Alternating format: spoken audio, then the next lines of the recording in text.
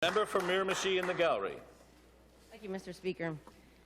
The hot topic of question period in the last couple of days was again language, with the continued fear-mongering from the opposition. There's so many decisions made here that are made for the wrong reasons, and this issue is no exception. You can see by the complete divide in the province that there has been some bad decisions by past governments. There are some members here that are trying to make people believe that there are no problems with our current bilingual system and that this is completely made up. Well, Mr. Speaker, maybe this isn't an issue from the member from Kent North, but if you ask the people trying to advance and obtain jobs in the government, it certainly is. I want to commend the Premier for his willingness to actually look at this very concerning issue, and we are looking to this government to make decisions that will finally bring this province together instead of dividing it. I'm sure there is a way that we can hire the right people for the right jobs and still be able to respect the law of the official languages and ensure everyone is served and treated fairly. Thank you, Mr. Speaker. The member for Miramichi in the gallery. Mr. Speaker, the government has been asked how many employees cannot obtain positions due to language, but we can never get an accurate number because many unilingual employees don't apply for jobs when they are posted as bilingual.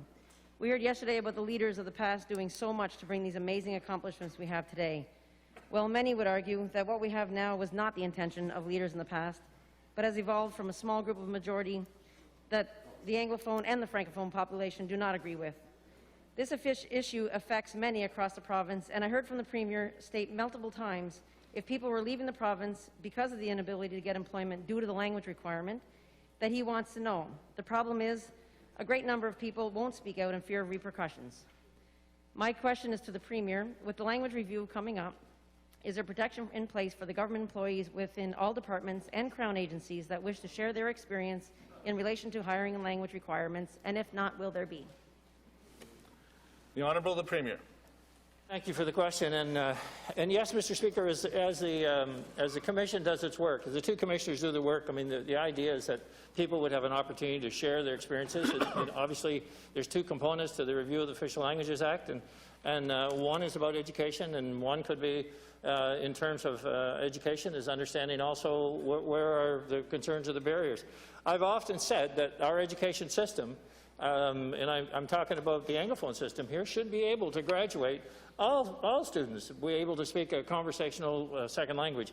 And I think that's what we aspire to. But we've done a very poor job of that, Mr. Speaker, over the last 50 years. And so the goal is to get it right. And not to talk about how we tweak a program or what we do, but to have these discussions about the challenges that people are facing in real terms, in real life, and then what we can do for the long term. So that, at the end of the day, Mr. Speaker, we are one harmonious bilingual province, Mr. Speaker. The Deputy, the Campbellton